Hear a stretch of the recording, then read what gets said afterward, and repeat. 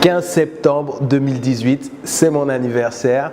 À défaut de faire une soirée de dingue ou un truc de fou, j'ai eu cette idée de petite vidéo du 15 septembre 2017 au 15 septembre 2018. Et je vais vous raconter 15 anecdotes qui ont marqué ces 12 mois, 15 anecdotes ou temps forts. Vous êtes prêts? Allons-y.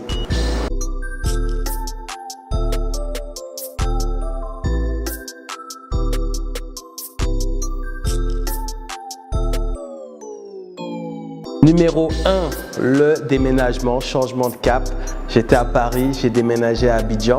Alors dans ma vie, j'ai beaucoup bougé, Congo, Belgique, Côte d'Ivoire, Bordeaux, Londres, etc. Et il y a toujours un côté nostalgique quand on change de ville. Mais là, quand on devient entrepreneur, on a un côté pragmatique. C'est-à-dire quand on me demande comment je me sens suite à ce déménagement, en fait, c'est juste que c'était prévu.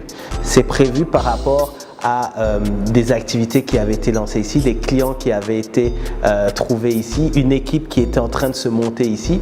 Donc tout ça fait que c'était prévu et que c'est la suite logique de cette aventure entrepreneuriale. Et je rajoutais que quand on a cette ambition, cette envie d'avoir un impact sur le continent africain comme j'ai, à un moment donné, il faut venir aussi sous le soleil, quoi. Un peu transpirer avec tout le monde. Numéro 2, la Villa Totem. La Villa Totem, le lieu de vie de toutes les activités Totem. Ça a été une étape importante de pouvoir avoir cet espace-là.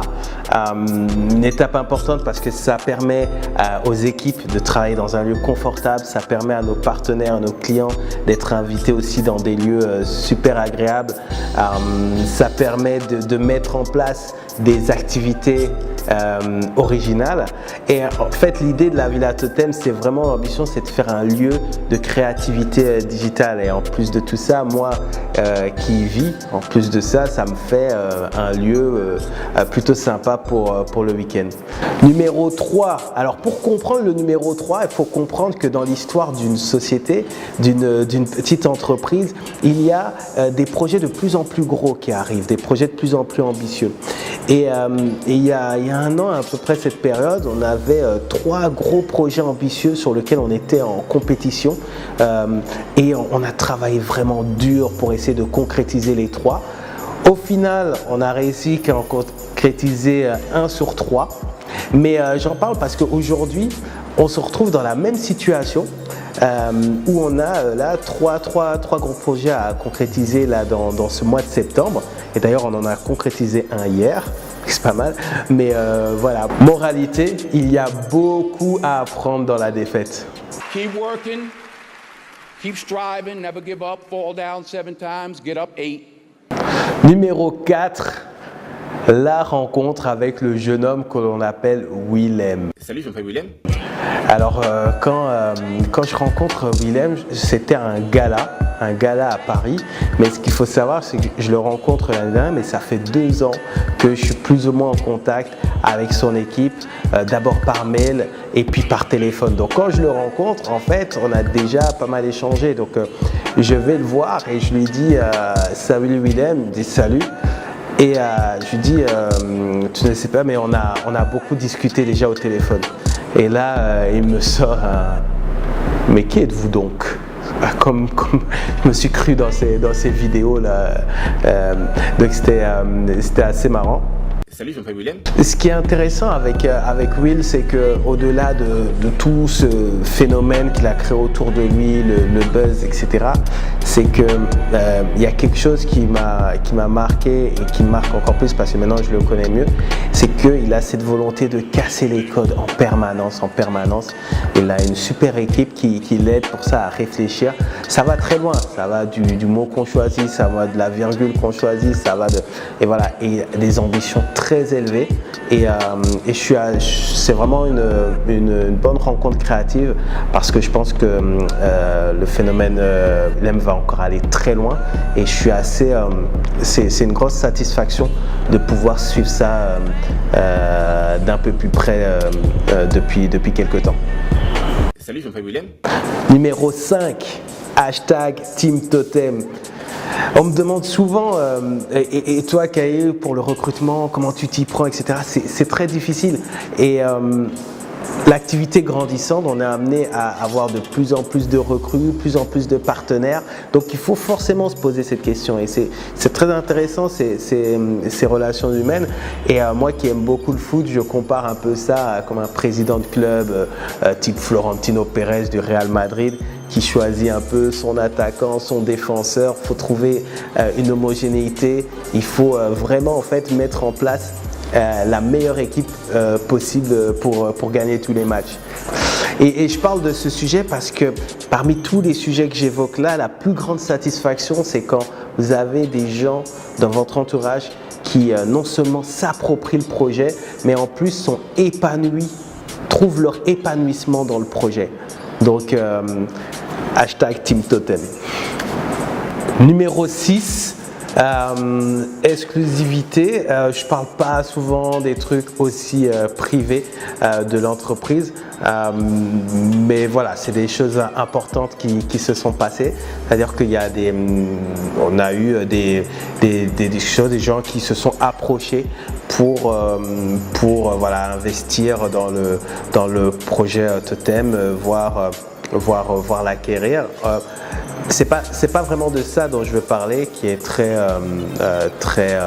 voilà, précis, très technique, mais je voudrais parler en fait de la sensation que ça fait de savoir que son travail est valorisé, que son travail est coté et que du coup on a une certaine reconnaissance dans ce qu'on fait. Ça permet de voir à la fois qu'on est dans la bonne voie et à la fois de voir où se trouve notre valeur ajoutée sur le marché. Donc très encourageant. Numéro 7, Adicom Days, Africa Digital Communication. Que dire sur Adicom? C'est un rêve en fait qui se réalise. C'est en 2013, je crois que j'ai écrit sur un papier. Le projet s'est matérialisé d'abord en 2017 à Paris. Là, cette année, c'était à Abidjan. Tout se passe comme dans un rêve, tout se passe comme prévu. Les partenaires, les speakers, le programme, la ville. Il y a une énergie incroyable, des retombées incroyables, des connexions incroyables. Et en fait, la grande moralité que je ressors de tout ça, la grande leçon, c'est que vous pouvez avoir de grandes idées, mais sans une grande en qualité équipe, vous n'arrivez à rien. On l'a fait, cet événement nous a pris beaucoup d'énergie, mais on a pu s'appuyer sur des bénévoles, sur des chefs projets, sur une équipe, sur une stratégie vraiment sur laquelle on a mis beaucoup de cœur. Voilà, en fait, sur ce projet-là, il y a tellement à dire que je pourrais juste résumer en disant c'est un rêve devenu réalité. Donc voilà, le mouvement Adicom Days, il est en marche, il n'est pas prêt de s'arrêter. Rendez-vous en 2019. Numéro 8, ou j'aurais dû dire numéro 5, comme l'anniversaire de Totem qu'on a fêté cette année, 5e année. On a fait une soirée dans la foulée d'Adicom Days, c'était sympa, il y avait influenceurs, partenaires, clients, tout le monde dans une bonne ambiance. 5 ans qu'on se bat pour ce projet de valorisation de la créativité africaine. Et ces 5 ans, ils sont importants quand même pour l'équipe parce qu'on sait très bien que les stats disent que la majorité des entreprises meurent dans les 3 ans ou dans les 5 ans. Donc c'est un cap, c'est juste un cap, c'est pas une victoire. Il faut le prendre quand même comme un petit succès, comme une satisfaction. Numéro 9, séquence émotion, parce que tous ces projets, ces voyages, c'est super, mais on manque aussi des choses dans la vie perso. Je pense que pour la première fois, une des toutes premières fois, j'ai loupé l'anniversaire de mon filleul qui est en Belgique. Mais bon, je me rattrape en regardant, en suivant de très près ses statistiques à son club de foot et les buts qu'il marque. Parce que Matteo, c'est Ballon d'Or 2030. Donc retenez bien, Matteo, M-A-T, un seul T. Il aurait pu avoir un deuxième T, mais un seul T. H-E-O. Ballon d'Or 2030. Numéro 10, la Coupe du Monde de football. Ah là là, j'en parle parce que je suis passionné, comme vous l'aurez compris, de créativité digitale, marketing digital, mais je suis aussi un grand passionné de football. Et donc quand ces deux passions se rencontrent et qu'on a la possibilité de faire des projets pour Canal+ ou Coca-Cola pour la Coupe du Monde, ça donne une satisfaction assez importante. Et on sait tous que dans le monde idéal, on fait à la fois le travail et sa passion, mais on n'a pas cette occasion au quotidien. Donc je l'ai vécu pendant quelques semaines, donc c'était assez fort pour le signaler. Numéro 11. Alors numéro 11, je vous parlais tout à l'heure des arrivées, mais dans une vie entrepreneuriale, dans la vie d'une entreprise, il y a des arrivées, puis il y a des départs. C'est des moments plus tristes, c'est des moments où voilà, des chemins se séparent, mais tant que c'est dans le respect, il n'y a pas vraiment de soucis. Ce que je voulais dire, c'est que quand ces moments-là arrivent, on est toujours donc dans notre championnat, il faut gagner des matchs et donc un peu comme un président, le plus important, c'est de savoir rebondir. Donc c'est ça que ça enseigne, c'est que ok, il y a un changement, il y a un départ, comment est-ce que je le réajuste, comment est-ce que on rebondit pour que la machine continue d'avancer sans qu'il y ait vraiment d'impact négatif. Donc encore de superbes leçons apprises durant ces 12 derniers mois. Numéro 12, le lancement de l'Adicom Academy. Grand moment aussi parce que c'est notre premier pas dans l'univers de la formation, et la formation, c'est quelque chose qu'on a voulu mettre en avant depuis très longtemps, mais on a toujours pensé que pour pouvoir former, il faut un certain crédit, une certaine légitimité, et on a attendu le bon moment. Donc avec l'Adicom Academy, on a lancé ce club de professionnels de la communication à qui on va distiller des formations grâce à des experts venus du monde entier. Donc c'est un grand projet qui se lance, un grand projet que je vous demande de suivre, et donc hashtag Adicom Academy. Numéro 13, alors dans la vie de chef d'entreprise, on doit pouvoir identifier des compétences sur lesquelles on doit vraiment s'améliorer pour passer un cap. Et moi j'ai passé beaucoup de temps à travailler sur les sujets de finance, et je me suis même surpris à vraiment aimer ça, à étudier la finance d'entreprise, et pour aller encore plus loin dans ses compétences, à un moment donné, il faut aussi identifier des mentors, des personnes qui ont beaucoup plus d'expérience que vous sur des domaines et qui peuvent vous faire gagner énormément de temps. Et moi, j'ai de la chance cette année d'avoir identifié quelques mentors, de les avoir convaincus et qui, avec plaisir et beaucoup de professionnalisme, me transmettent des choses qui me font gagner énormément de temps. Donc c'est vraiment quelque chose que je recommande à tous les entrepreneurs qui regardent cette vidéo.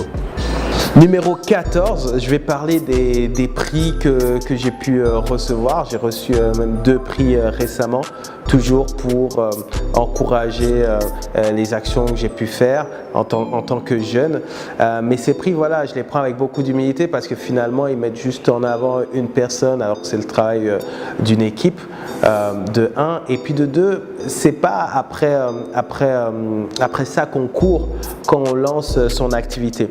Ceci dit, ça fait toujours plaisir, encore une fois, que son travail soit reconnu par d'autres personnes, que les gens soient attentifs, et donc ça permet d'avoir des signaux, de dire ok, on est sur la bonne direction. Ok, c'est fini, j'espère que vous avez apprécié ce nouveau format. En attendant, c'est toujours mon anniversaire, hein, donc si vous voulez m'envoyer des cadeaux, il n'y a pas de problème. Sinon, je vous dis à bientôt.